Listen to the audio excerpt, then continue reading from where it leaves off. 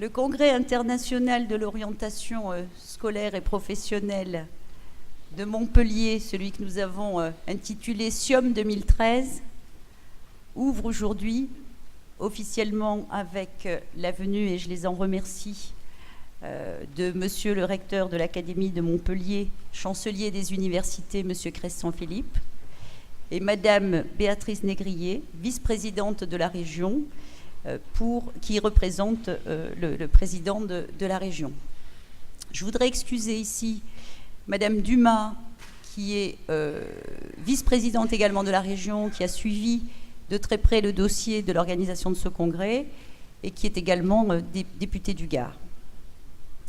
Monsieur le recteur, Madame la vice-présidente de la région, nous commençons aujourd'hui une semaine d'études et de travail dont le thème est l'orientation, un droit de l'homme ou du citoyen. Nous avons souhaité traiter ce thème qui nous semblait d'abord, dans le cadre d'un congrès international, être une thématique qui, historiquement, est une forme représente la France, son identité. Le deuxième point, mais je dirais l'essentiel, celui qui nous préoccupait dans le traitement de cette thématique, était la question du rôle que peut jouer l'orientation, qu'elle soit scolaire ou professionnelle, dans la constitution d'une société qui ne soit pas seulement une somme d'individus accolés les uns aux autres, une somme d'individus qui ne sont pas attentifs à l'autre, mais au contraire, comment l'orientation peut, dans le cadre aussi bien de l'insertion professionnelle que dans le cadre d'une réflexion sur les projets de vie, que dans le cadre de ce que certains appellent aussi le life designing, c'est-à-dire la projection dans ces projets de vie que l'on peut constituer et que l'on peut travailler en matière d'orientation, que dans l'éducation qui peut être faite en matière d'orientation, comment sur tous ces points-là, l'orientation peut apporter des éléments qui permettent à chacun de se restituer dans un contexte solidaire. Je ne développerai pas plus le thème, je pense que le président de la COP le fera bien mieux que moi. Je vais laisser la parole maintenant à à Madame Négrier, que je remercie de sa présence. Merci. Monsieur le recteur, mesdames et messieurs les présidents, mesdames et messieurs qui êtes venus jusqu'à Montpellier pour parler de ce thème si important pour notre société et nos concitoyens, je voudrais, au nom du président Christian Bourquin, président de la région Languedoc-Roussillon, vous souhaiter non seulement la bienvenue dans notre région, mais également de bonnes séances de travaux. Et j'espère avoir le plaisir de lire vos conclusions dans les jours qui viennent. Je voudrais vous dire qu'avec monsieur le recteur ici à mes côtés, nous avons ce souci constant de travailler sur ce thème qui, nous semble-t-il, est fondamental, et lutter ainsi contre une forme de fracture sociale qui est la fracture de l'information. Il nous semble que l'orientation est un peu trop souvent l'affaire de spécialistes, et nous souhaitons que jeunes et adultes s'emparent de ce sujet pour décider de manière éclairée de leur avenir professionnel, de manière à être bien dans leur emploi plus tard ou tout de suite. Alors pour ce faire, nous mettons en œuvre collectivement un certain nombre d'actions et de dispositifs pour tendre vers quelque part un service public de l'orientation et de l'information. Alors bien entendu, ce n'est pas aisé, parce que il y a dans le monde des spécialistes de l'orientation justement, on va dire, quelques spécialités. Et chacun, parfois, reste assis sur ses spécialités, sur son propre public. sur ses propres références. Il y a l'orientation des scolaires, il y a l'orientation des étudiants, il y a les services d'orientation des demandeurs d'emploi. Or, je crois que le plus important est que nous défendions ensemble ce deuxième plus beau mot de la langue française, après le mot amour, c'est le mot égalité. Et que chacun, quel qu'il soit, quel que soit son lieu d'habitation, quelle que soit sa génération, quel que soit son parcours, puisse avoir accès à l'information et à une bonne orientation. Nous travaillons également, c'est pour vous donner un petit peu la géographie de notre territoire dans ce domaine, sur l'image des métiers qui aujourd'hui nous semble être vraiment en mal et avoir vraiment besoin d'un travail collectif. L'image des métiers, c'est permettre aux citoyens de bien connaître les métiers. Les métiers sont beaux, c'est une richesse. Ils sont parfois méconnus et des personnes restent sur le bord du chemin, faute d'avoir osé intégrer certaines professions pour ne les avoir pas connues.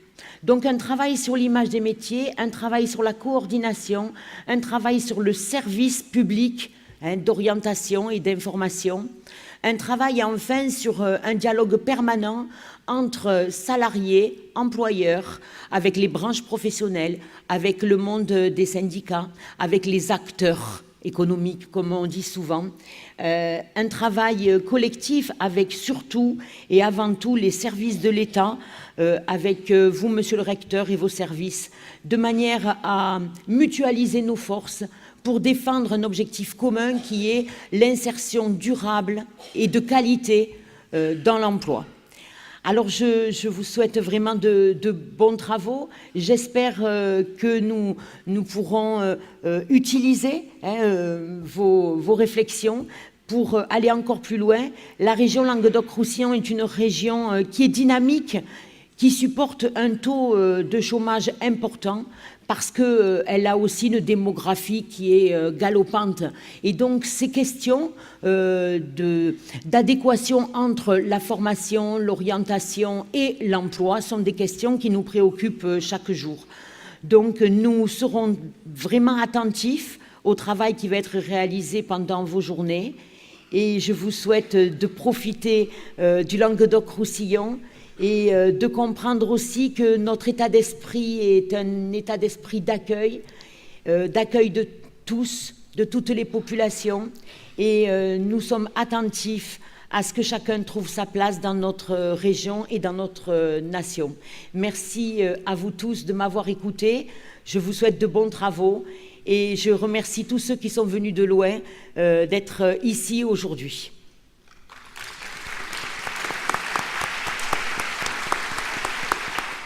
Monsieur le recteur, chancelier des universités, Christian Philippe. Bonjour à toutes et à tous. D'abord, à mon tour, je voudrais vous souhaiter la bienvenue ici à Montpellier. Je voudrais remercier les deux associations qui co-organisent ce congrès, l'association internationale et qui fête, m'a-t-on dit, son 60e congrès. Ça montre son importance. Et puis l'association française qui organise ce congrès commun. Vous me permettrez également de dire un mot plus particulier à l'intention de Madame Vutual ici présente, qui a été la cheville ouvrière locale de l'organisation de cette manifestation, à elle et à tous ceux et toutes celles qui l'entourent et qui ont permis au cours des derniers mois de préparer cette semaine. Je suis témoin que vous êtes venue, Madame, m'en parler il y a déjà au moins un an. Donc c'est une opération toujours difficile à organiser qu'un tel congrès. Je suis persuadé que cette semaine sera utile pour chacune et chacun d'entre vous.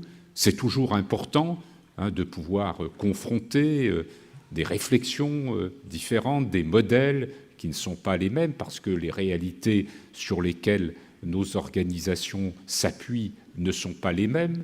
du fait de l'histoire, du fait de systèmes éducatifs qui présentent des différences, du fait d'organisation du marché du travail qui ne sont pas les mêmes.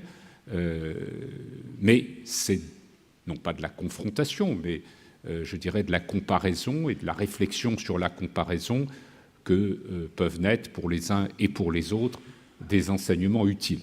En tout cas, sachez, pour moi aussi, et en tant que représentant ici du ministre de l'Éducation nationale, que les conclusions qui seront les vôtres seront intéressantes.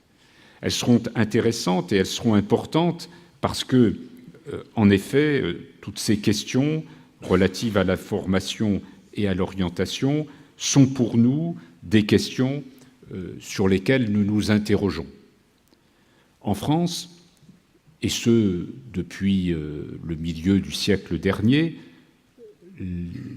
l'orientation a été principalement confiée au système éducatif. Parce que notre pays considère que l'école, certes, a d'abord pour mission de transmettre des connaissances aux élèves, mais que l'école a aussi pour mission de former le citoyen de demain, de développer ses capacités à intégrer, à s'insérer dans la vie économique et sociale du pays. Mais depuis les modifications de la société, les difficultés économiques que nous pouvons rencontrer conduisent nécessairement à s'interroger. De même, entre autres exemples, la prolongation des scolarités, le fait que quasiment heureusement d'ailleurs, une grande majorité des jeunes poursuivent des parcours post-baccalauréat, c'est-à-dire après la fin des études secondaires. Le fait aussi, je ne multiplierai pas les exemples, mais vous le connaissez, le fait aussi, bien sûr, qu'on peut se préparer à un métier, à un emploi, mais que probablement on en exercera plusieurs, et peut-être relativement différents les uns des autres, au cours de sa carrière professionnelle. Ce sont des données que vous devez bien entendu prendre en compte et que le système éducatif doit également mesurer. Tout cela nous conduit en effet à réfléchir à des éléments de transformation. Et l'un de ces aspects, Madame Négrier l'évoquait, sur lequel le gouvernement français réfléchit, il n'y a pas encore de système définitivement adopté, mais je crois que nous partons d'un principe, c'est qu'il faut que tous ceux qui ont une responsabilité ou une autre sur ces questions d'orientation, d'information et d'orientation puissent mieux travailler ensemble, dans l'intérêt des jeunes. Donc, à partir de là, ça peut se traduire par des formes d'organisation différentes, ça peut se traduire, certains le souhaitent, par la transmission à la collectivité locale de l'ensemble des compétences dans la question, avec évidemment le concours des personnels, des professionnels, y compris ceux du système éducatif. Ça peut se traduire, et c'est sans doute vers cela que l'on va sagement, vers des solutions mixtes, mais l'important, c'est que nous puissions travailler ensemble les uns et les autres. Et je crois que, modestement, c'est ce que nous essayons de faire dans cette région entre les services de l'État et le Conseil régional. Mais c'est, je crois, une préoccupation importante. Alors, vous l'évoquiez dans l'introduction, vous avez un thème ambitieux, un thème difficile, parce que finalement, derrière ce thème se pose sans doute la question, il y en aura sans doute bien d'autres posées cette semaine, de savoir dans quelle mesure, finalement, orientation, droits de l'homme, ce que ça signifie, une liberté ou pas absolue du jeune, de sa famille, à décider. Bon. Théoriquement, on peut être amené à penser qu'il faut répondre positivement, mais en même temps, nous savons, vous savez très bien que notre rôle, c'est non pas d'encadrer, de limiter cette autonomie et cette liberté, mais c'est de la préparer. C'est de la préparer pour que les choix ne soient pas des choix qui posent des problèmes en termes de possibilités d'emploi ensuite, en termes de capacité à conduire tel ou tel parcours scolaire ou universitaire. Donc voilà, ce sont des questions qui se posent. Je vais en prendre un seul exemple sans être trop long.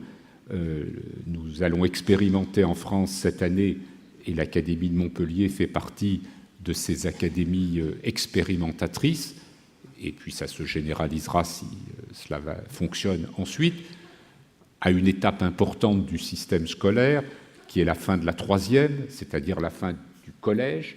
L'idée, c'est de donner aux familles une autonomie de décision, le libre choix, de ne pas conditionner l'orientation vers le lycée ou vers tel ou tel autre type de formation, au-delà du vœu formé par la famille, à une décision de l'autorité éducative. Ceci nous paraît important pour mieux mettre le jeune et les familles dans une problématique d'acceptabilité de la décision qu'ils prendront. Mais évidemment, ça n'a de sens que si on le prépare. Et ça, ce sera d'abord la responsabilité des professionnels de l'orientation et de l'éducation et des équipes éducatives. C'est pourquoi nous avons engagé d'ores et déjà cette expérimentation, alors que l'acte, évidemment, de choix sera un acte qui aura lieu à la fin de l'année scolaire, seulement au mois de juin prochain. Mais bon, ce n'est qu'un exemple, bien entendu, parmi d'autres, mais je le cite parce que c'est un exemple d'actualité.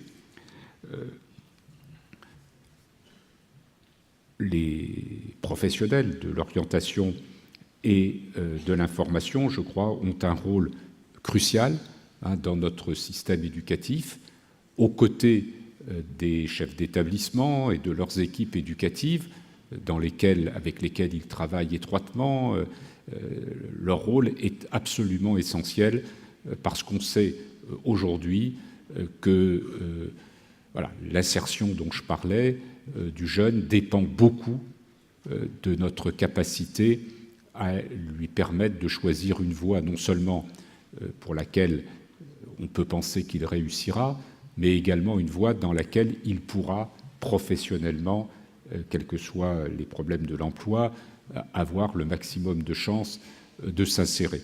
Et on sait tous que ce n'est pas malheureusement toujours le cas, que nous avons des voies de formation qui ont trop de jeunes par rapport aux possibilités, et nous savons que d'autres, certaines disciplines scientifiques, par exemple, n'ont pas assez d'étudiants, alors même qu'il y a des possibilités d'emploi, de métiers derrière.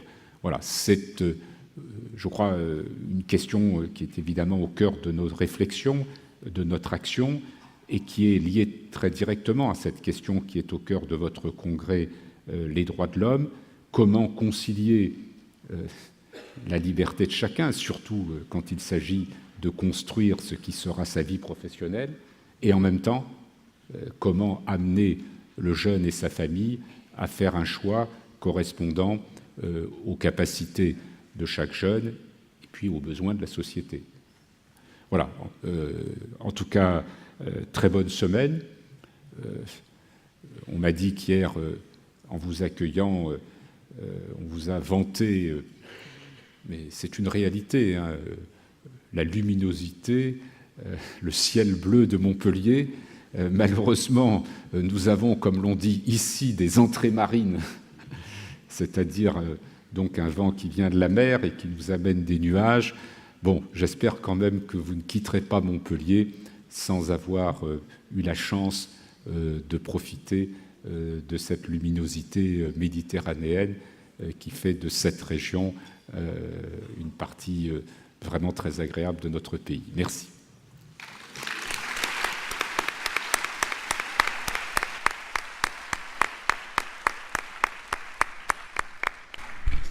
Merci, Monsieur le Recteur. Merci, Madame Négrier. Et donc, maintenant, nous allons... merci pour cette belle introduction et cette ouverture du Congrès. Nous allons maintenant laisser place au président des associations et à trois présidents, en fait.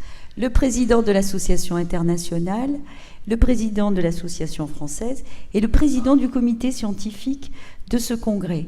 Il nous a semblé intéressant que les trois puissent intervenir sur une présentation maintenant plus du congrès. Et ce qui nous semblait intéressant aussi, c'était ce congrès rassemble à la fois des praticiens, des enseignants-chercheurs, mais également ce qu'on pourrait appeler des cadres ou des décideurs de diverses institutions ou ministères. L'idée étant donc de pouvoir partager ces idées, de pouvoir y travailler ensemble, et c'est ce qui nous semble intéressant sur les bases que vous venez d'introduire concernant ce thème. Je vous remercie, Monsieur le Recteur, je vous remercie, Madame la Vice-présidente du Conseil régional.